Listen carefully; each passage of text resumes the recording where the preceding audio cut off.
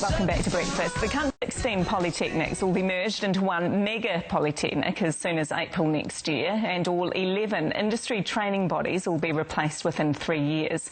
The drastic revamp of the vocational training sector announced yesterday by the Education Minister encompasses institutions attended by more than 100,000 students.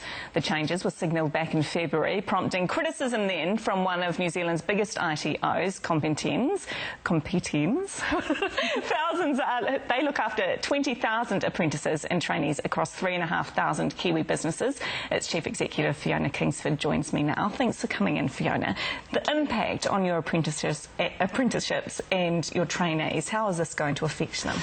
So by the end of 2022, we will have to have transitioned all of our apprentices and trainees over into the new provider model, the new New Zealand Institute of Technology or other providers. So yeah, pretty big transformation that's coming towards us. And I guess it's a challenging time when the industries are also looking for so many skilled people.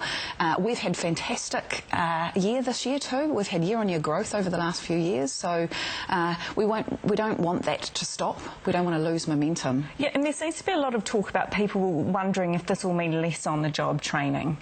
Do you think that could happen? Certainly there's been the feedback from our employers. So throughout the consultation period, we spoke to over 1,000 of our employers who didn't want to see this change happening. They are concerned it will go back to the 90s when all of the training was in classroom. Our Minister assures us that that's not the vision, and it really can't be, because workplace training is the growth area and where it needs to be. The government has said they've had to spend millions bailing out institutions in the past year. Do you agree that things had to change? Absolutely, I agree that things needed to change. There is financial instability within the polytechnic system, but we have argued that the ITOs have been performing really well. We have had year-on-year growth over the several years, and we've got the majority of our industry saying, hey, look, it works really well for us. Invest more in us, invest more in the industry to train on the job. Because for you, in 3 years, what does it mean? So by 3 years, we will have needed to transition all of our apprentices and trainees into this new model. In 12 months, we would have disestablished the skills body part of our organisation and looked at these new workforce development councils as an option. So it's going to be a challenging time. It's a significant change for us. Will you have a business in 3 years? We may have a different type of business in 3 years. So there's, like anything, you look at what are the opportunities moving forward in these structures, and that will be the focus for us over the next coming months around what does that look like. What do you think it does look like? Have you got any initial thoughts? Well, the workforce development councils are certainly part of what our part of our organisation does today, which is setting the standards and making sure the consistency's there. So there's an element in that.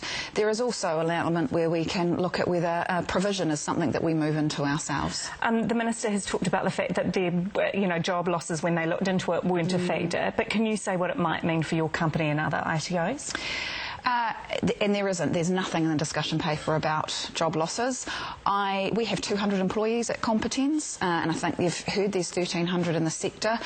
I honestly believe that the majority of those people are going to find roles within the new system. Right. Their skills are going to be hugely valued. The workplace is a very different classroom than what the NZIST will be used to, and so the people that we have and the skills that they have and the relationships, and that's the other critical piece in this, the relationships with the employers will be critical to the future. Should the regions be worried?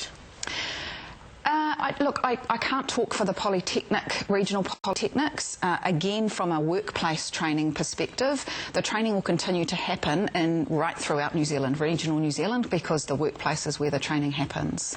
And do you think there are positives to this strategy? I do. I think a big thing was that the Minister has heard the feedback from industry and has extended the time period for transition, because we need to build the capability and trust in making sure that the new model was going to work. I think that the new workforce development councils being aligned to vocational pathways, that was another area we talked about, and that helps the school to work transition and the understanding for young people around trade careers.